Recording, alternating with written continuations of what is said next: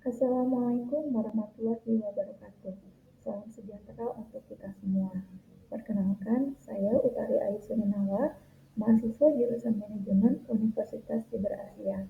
Pada kali ini, saya akan mempresentasikan UAS mata kuliah Cyber Security Management yang membahas jurnal berjudul Information System for Supply Chain Management, Uncertainties, Risk, and Cybersecurity.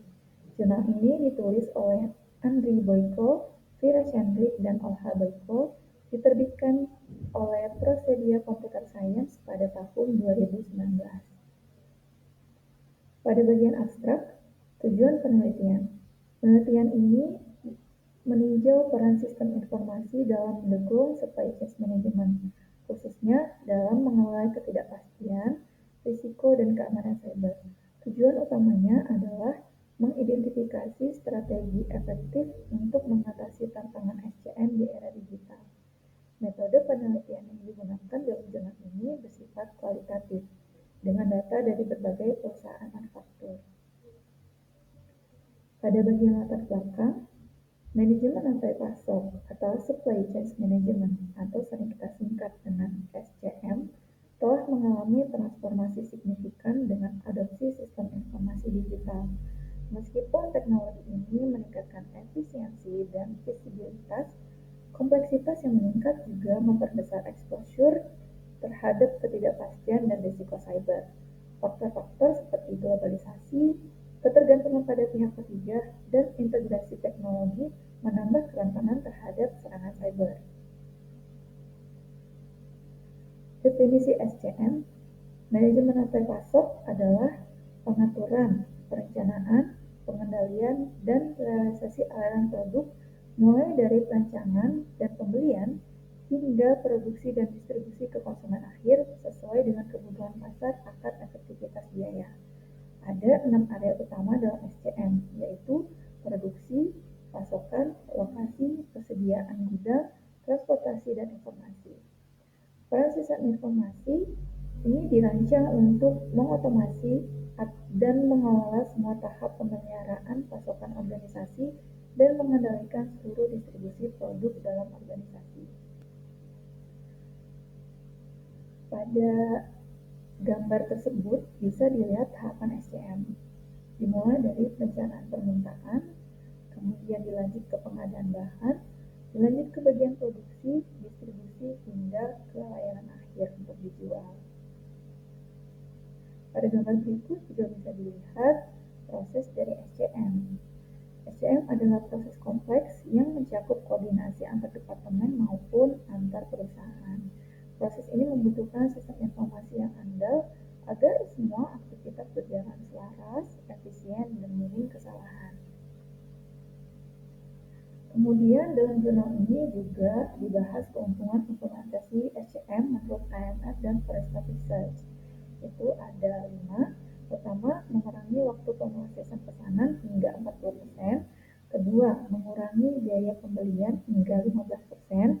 Ketiga, mengurangi inventory gudang hingga 40%.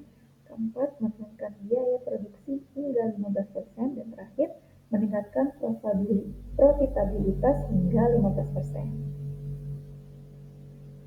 Kemudian dibahas juga peran internet dan web supply management, yaitu perusahaan menjadi jaringan virtual yang sinkron, kemudian e-commerce global melalui web, serta contoh suksesnya ada HP, Adaptec, Boeing, dan GM.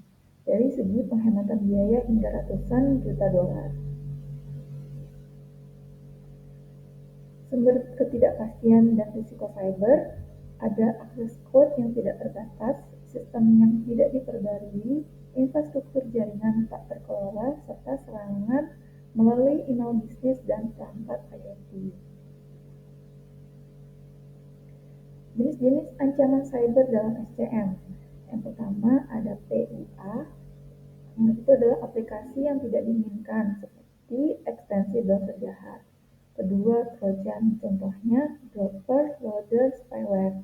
Ketiga, browser exploit, itu ada redirect dan quick checking. Keempat, ransomware dan keylogger. Ransomware ini mencuri data dan enkripsi.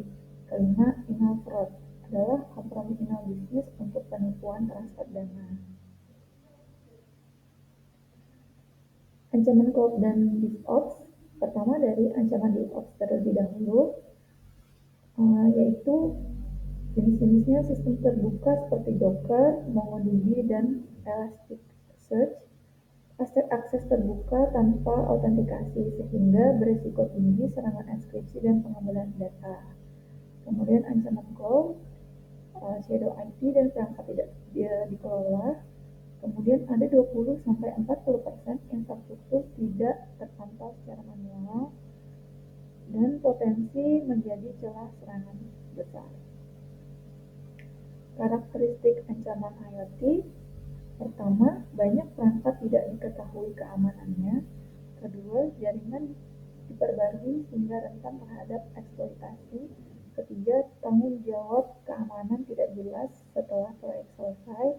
Dan terakhir, sulit dimonitor oleh tim keamanan. Variabel penelitian yang digunakan dalam jurnal ini ada 3 variabel bebas, yaitu ketidakpastian atau uncertainty, risiko atau risk, dan keamanan cyber. Dari X1 terlebih dahulu, itu ketidakpastian. Ketidakpastian dalam SCM mencakup variabilitas permintaan, gangguan pasokan, dan fluktuasi pasar. Faktor-faktor seperti pandemi, bencana alam, dan perubahan kebijakan perdagangan menambah kompleksitas dari variabel ketidakpastian ini. Kemudian variabel yang kedua atau X2 itu risiko. Ada beberapa jenis risiko. Yang pertama, risiko operasional. Itu adalah kegagalan proses internal, kesalahan manusia, atau kerusakan sistem. Kemudian yang kedua, risiko dari pihak ketiga. Apa saja itu?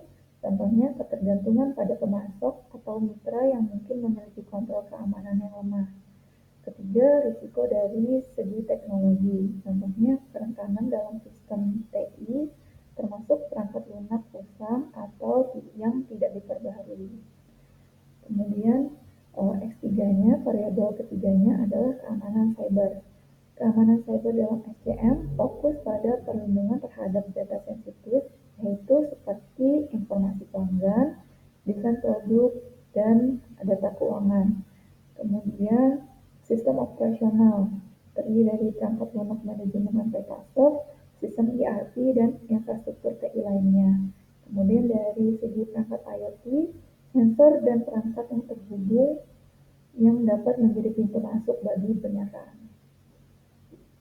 Kemudian hasil penelitian dari jurnal ini, yaitu pentingnya real-time monitoring dalam infrastruktur jaringan SCM.